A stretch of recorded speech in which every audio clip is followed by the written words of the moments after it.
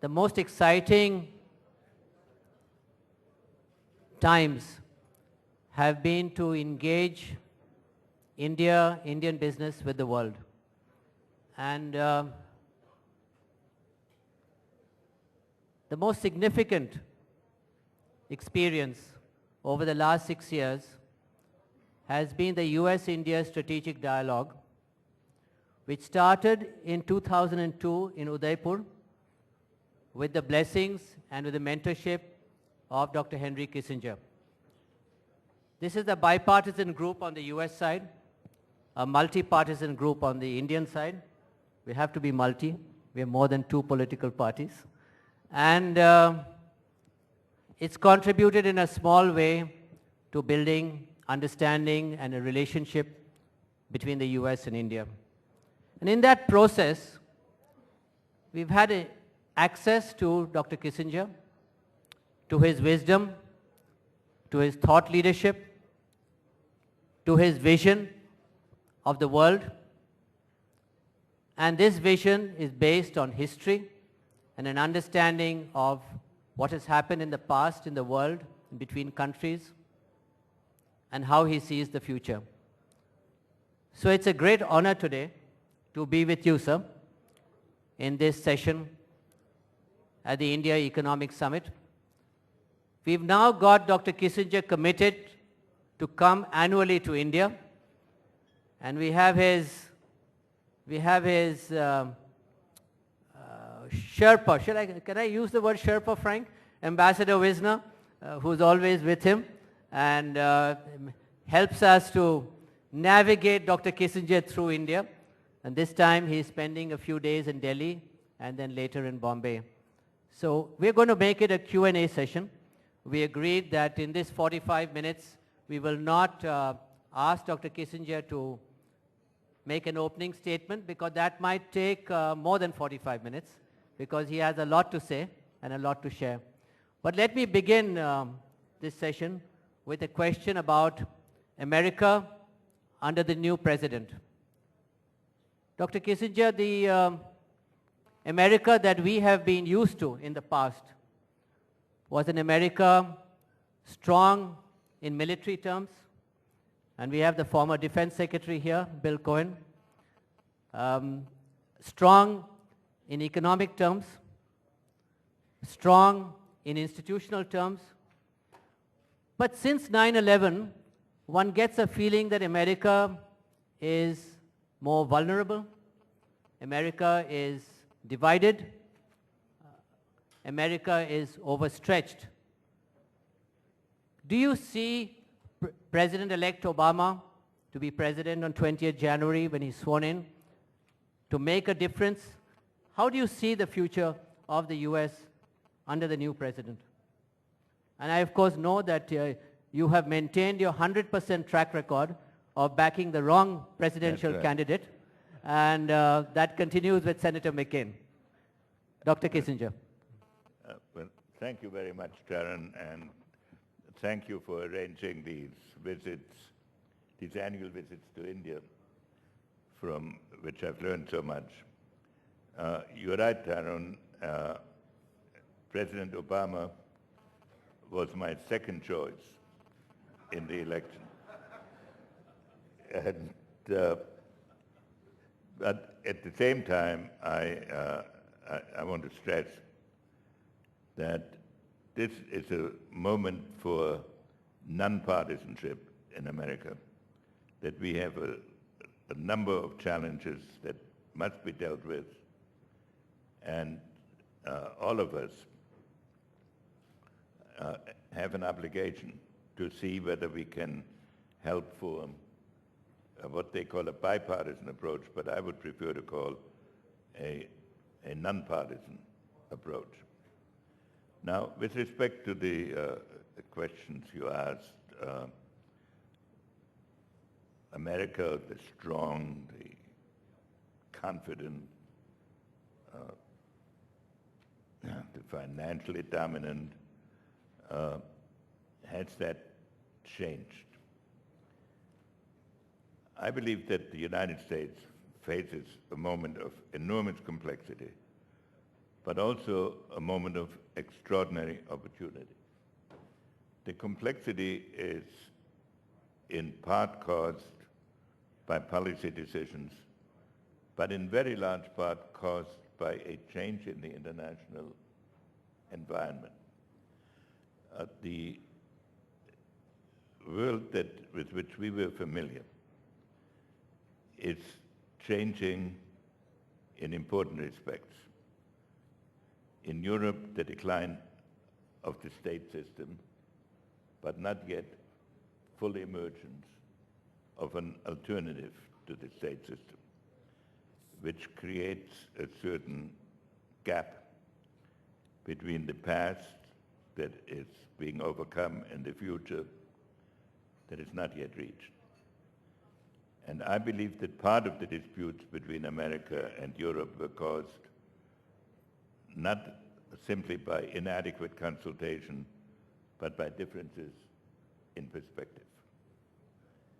There's a shift of the center of gravity from Europe to Asia, from the Atlantic to the Pacific, which then raises, and the Indian Ocean, which raises the question of how the rising states of Asia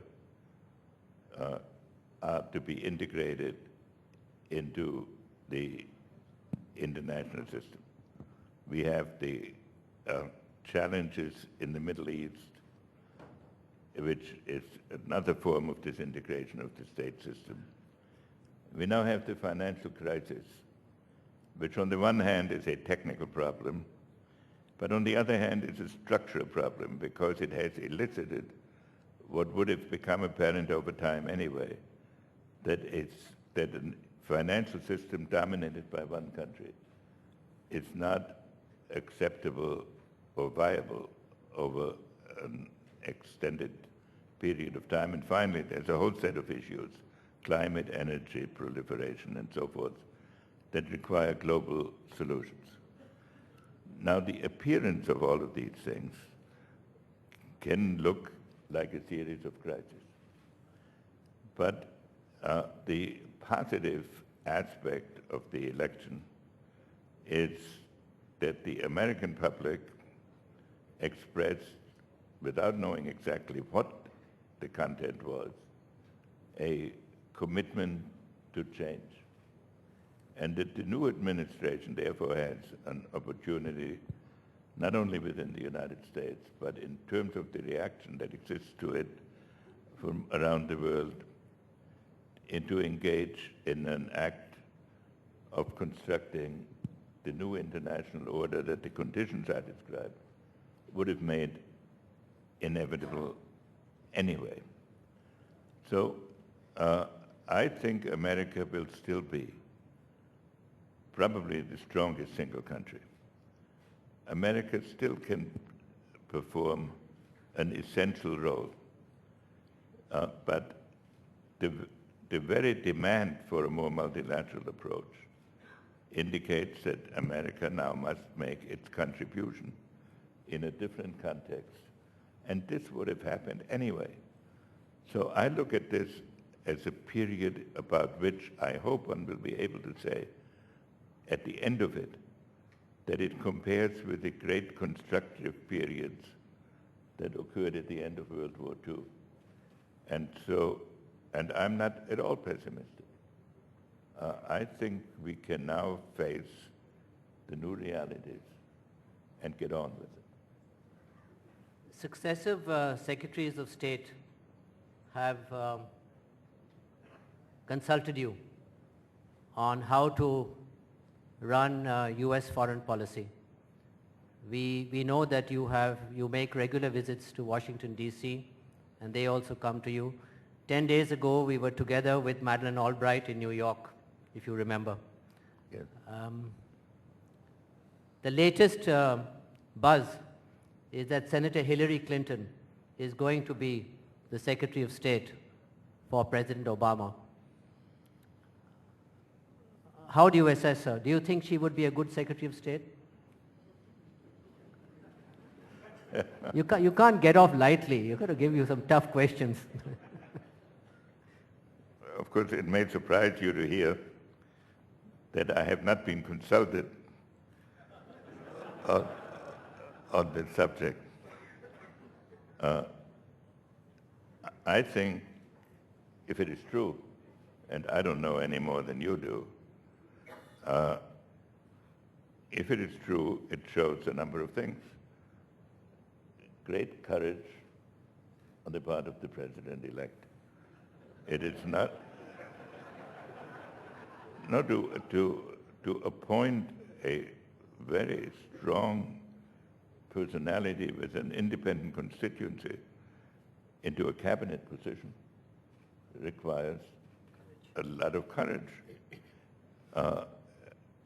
A willingness on the part of Hillary Clinton to subordinate whatever feelings she might have about events of last year. So it is sort of a symbol of a new approach. I have not been one of her intimate advisors either, but I know her, and I think she is a lady of great intelligence and has demonstrated enormous determination. And I believe it will be or would be an outstanding appointment. Let me turn your attention to a country which has engaged your attention. And I know that you lead a small but exclusive track 2 dialogue with Russia. Recent months, we have been concerned in India because we have a strong relationship with Russia. To see the US and Russia a little bit at loggerheads, if I can put it that way, a feeling that are we heading back into the Cold War years when the Soviet Union was there, pre-Russia. Can we repair this relationship? Do you see a better future ahead, or are we going to have tension between the US and Russia? Do you see an Obama presidency bringing a new approach to Russia? Will Russia respond? You know President, well, not President Medvedev, but Prime Minister Putin very well. And I don't buy that comment of yours that you are not consulted. You are consulted by many people, including heads of government. And we would really like to have a sense of where you see Russia and the US going, because that is crucial for the world.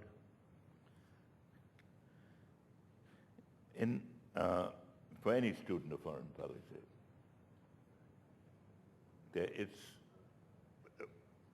one has to resist the temptation to conduct foreign policy by rote and to follow a pattern that was established at some point and go on that pattern forever.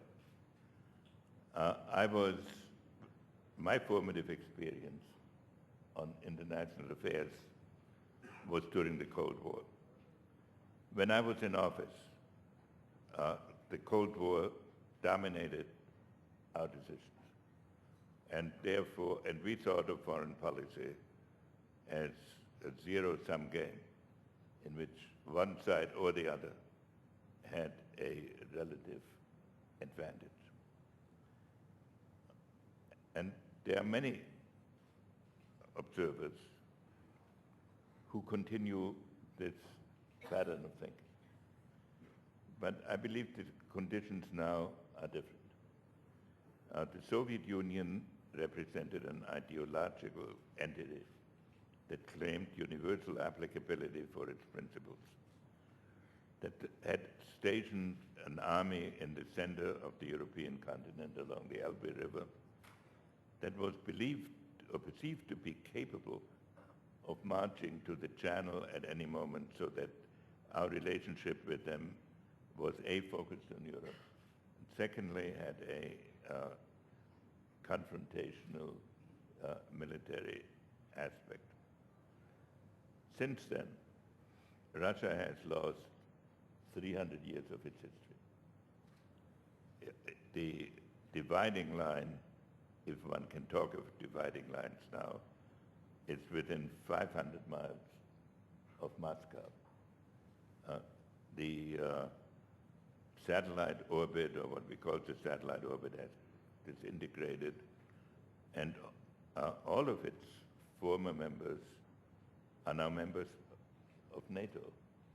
The dispute about NATO membership now concerns provinces that were part of Russia, that weren't even independent states when this whole evolution started. So the problem for Russian leaders at this moment is to get a sense of identity in a totally shaped, different relationship with Europe. Secondly, one would have to say that the history of Russia in many respects has been an ambivalence between the restraints of Europe and the temptations of Asia and the Middle East. And, but now the temptations of the Middle East and Asia are no longer challenges to Russian imperialism, but rather potential threats to Russian identity. So we are dealing now with a country that has to define a role for itself. And I believe that some of the seeming truculence and real truculence is caused by the desire to assert a role for itself that is not based on a proclamation of weakness. And part of the difficulties are not only Russian methods, but the difficulty America has, and some outside countries have, in understanding the intangibles of the Russian evolution. So I believe it is an important challenge to any American administration, including, of course, the Obama incoming administration, to take account of these realities and to remember also that some of the key issues that we face, especially nuclear proliferation, energy, climate, requires the cooperation of Russia.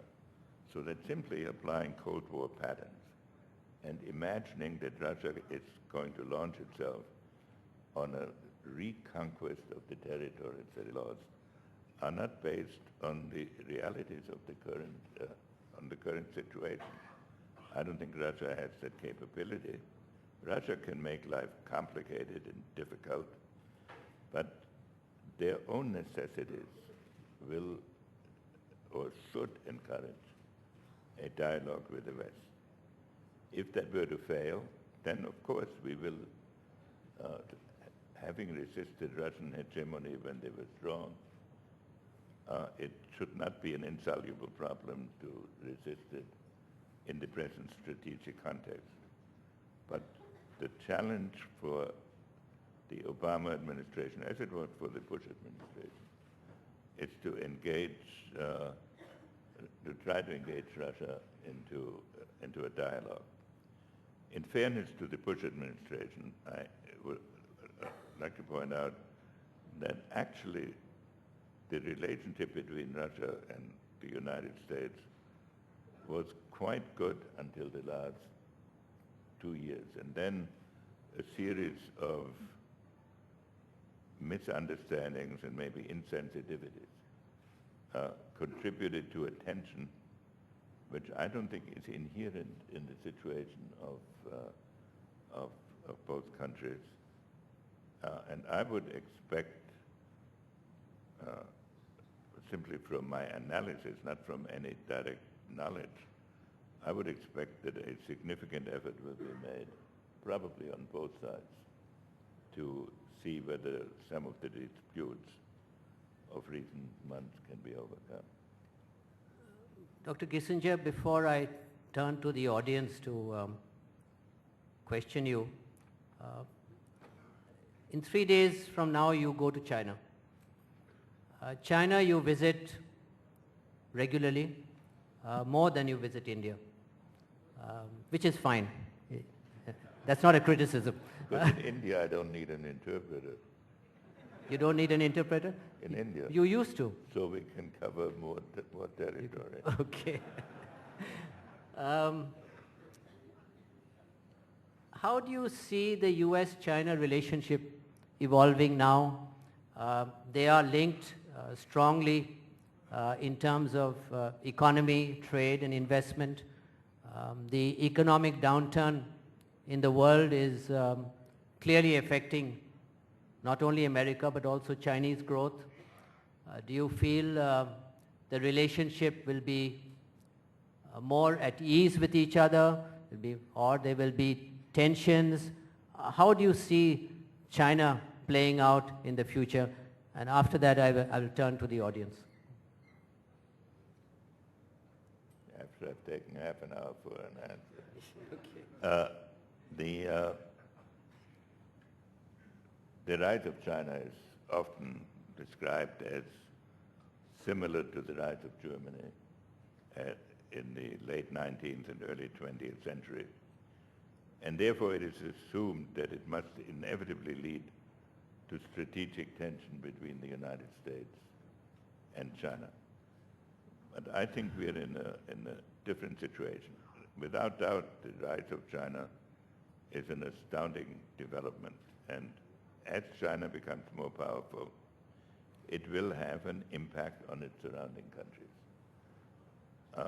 But that impact is not something that one can deal with or should try to deal with by analogy to the Cold War. It is not a military challenge so much as it is the influence of a performance and of a conduct on surrounding countries, and therefore it is a challenge to non-military capabilities. Secondly, the problem of China is it is the first time that in its history, in its long history, that China has to deal with an international system of more or less equals. China has always been dominant in its region. So to integrate China into the international system, into an international system of equals, is a new experience for everybody.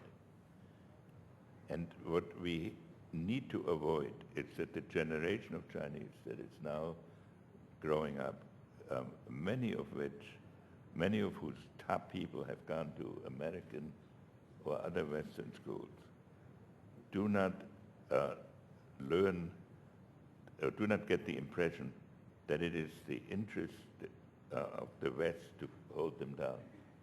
We should not generate a violent or an assertive nationalism as a substitute for the declining impact of the communist ideology. Now, for America and China, there are, of course, not only practical differences, there are historic differences. China has had a history of 4,000 years.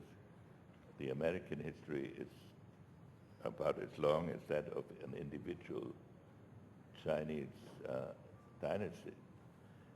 We have a proclivity of lecturing people about the ideal solution. The Chinese believe that they have managed to survive 3,000 years of their history before the United States existed, and without significant advice from the United States. So this creates psychological problems. But when you look at the American experience, we've had 9 American administrations now since the opening to China in 1971. Several of these administrations began with a declared objective of changing the pattern of the relationship. Within 2 years, they came back substantially to the outline that was left in the first group that opened to China, because it is an expression of the fundamental national interest of the United States. China, on its turn, has apparently, and I believe, has made the decision that it would not repeat the Soviet mistake of challenging the United States to a global contest based on strategic considerations, and has shown considerable restraint on such issues as Taiwan, for example, and many others. So I expect the relationship of China to the United States to continue to thrive, but we should not look at it as a problem of containment of China. We should look at it as a problem of each country pursuing its own relationships and making its own associations in an environment which will be tested by political and economic factors, including their ability to stay in close communications with each other. And the Sino-American relationship is on a healthy course, and I would be very surprised, and it would be against any pattern that has been established if that did not continue, if not improve. Let's take a few questions. We have 15 minutes. Please be brief, and I have been instructed to ask you to give your name and organization. Yes, sir.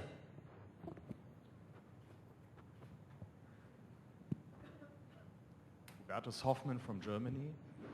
I'm here for General Capital Group and World Security Network Foundation. I have a question. What should the new administration do different to promote the interreligious dialogue, like we have seen in the UN? Interreligious dialogue. And number two, what should be done to improve the relationship to the Islamic states like Pakistan? And what should be changed on the war on terror with the negative effects on the image of the United States? I must say I have no very specific recommendation to make on the interreligious dialogue, except to consider it a useful enterprise. On relations with Pakistan, the challenge is to prevent, first of all, to prevent Pakistan from becoming a failed state. So to have a failed state with nuclear weapons would be an extraordinary challenge to the international system. And how to relate Pakistan to the problems of Afghanistan, which require the cooperation of Pakistan. I think that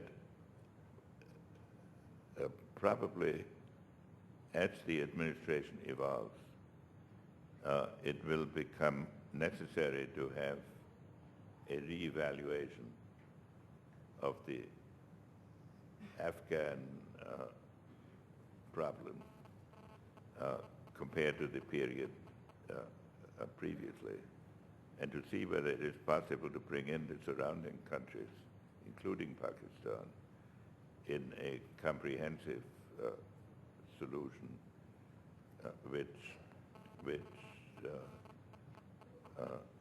prevents Afghanistan from becoming the kind of domestic issue that Iraq was in so many Western countries. Yes, sir. Mike Johnston from the United States. Dr. Kissinger, could you talk a little bit about how you would take the many opportunities that you see in foreign policy and prioritize those. If President Obama asked you to help him prioritize his early foreign policy, and could you also comment on how that might affect your choice for a Secretary of State among the many qualified people that must be available to you?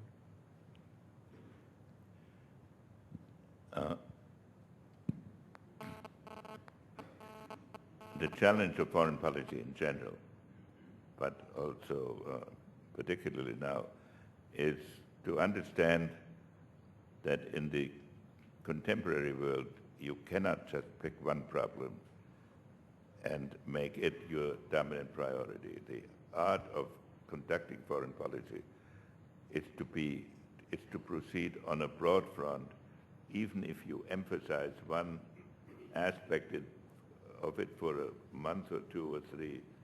You must, within your government, be working on several of the other aspects, and you must be able to move from one to the other, and your potential partners and adversaries around the world must have the sense that there's no intellectual vacuum in that process. Now, we have discussed, even in this brief session, a number of the issues that need to be considered. We have a time limit on issues like nuclear proliferation, a time limit imposed by the acquisition of technology by especially Iran. And that is not just an issue of proliferation. It is an issue, if you make a list of the number of times leading statesmen around the world have declared a nuclear program in Iran, a weapons program in Iran, to be unacceptable, it would be a very formidable list, including all the major countries. If now at the end of such a process, nothing happens, and a nuclear weapons program emerges without any restraint or successful negotiation, it is a blow to international order in general, in addition to all the inherent difficulties. So there is really no way to avoid the problem of proliferation. But to solve it, one needs not only the Iran problem to be considered, but the broader aspect. The Palestinian issue is one that, if it's ever going to be resolved in a negotiation, needs some urgent attention.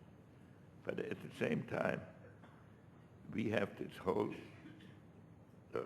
panoply of issues that it's unprecedented, that can only be done on a global basis, which has never existed before. Climate change, environment, energy, and proliferation again. And we have to start creating institutions in which these issues are formally considered with a sense of urgency. And we need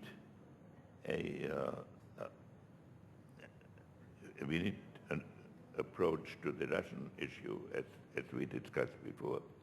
But what it comes down to is, for America, is this. America, in its history, has very rarely found problems that prove to be insoluble. So there is a tendency to deal with foreign policy as a series of episodes that can be overcome, and after which you go to another problem. But the world that we've described here, in which America is still very powerful, is no longer hegemonic, or shouldn't be. Such a world has no final resting place. And to get American thinking geared to a foreign policy that is continuous, that has no final solutions but significant progress, that is an educational task for any president and secretary of state. and in my opinion will prove unavoidable, nor do, for this administration, nor do I think they would want to avoid it. They may have a great desire to face this. One last question. Yes, sir.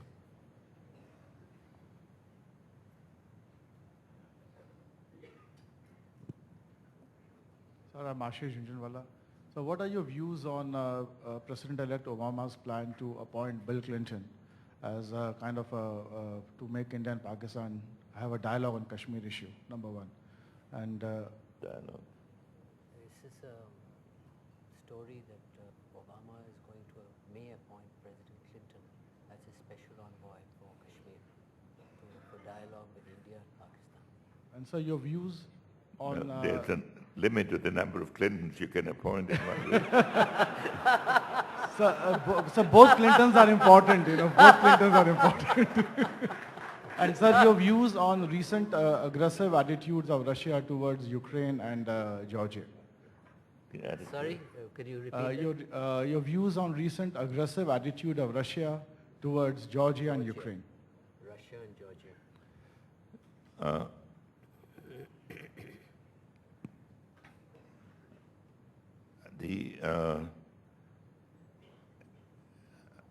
I think, as in many crises,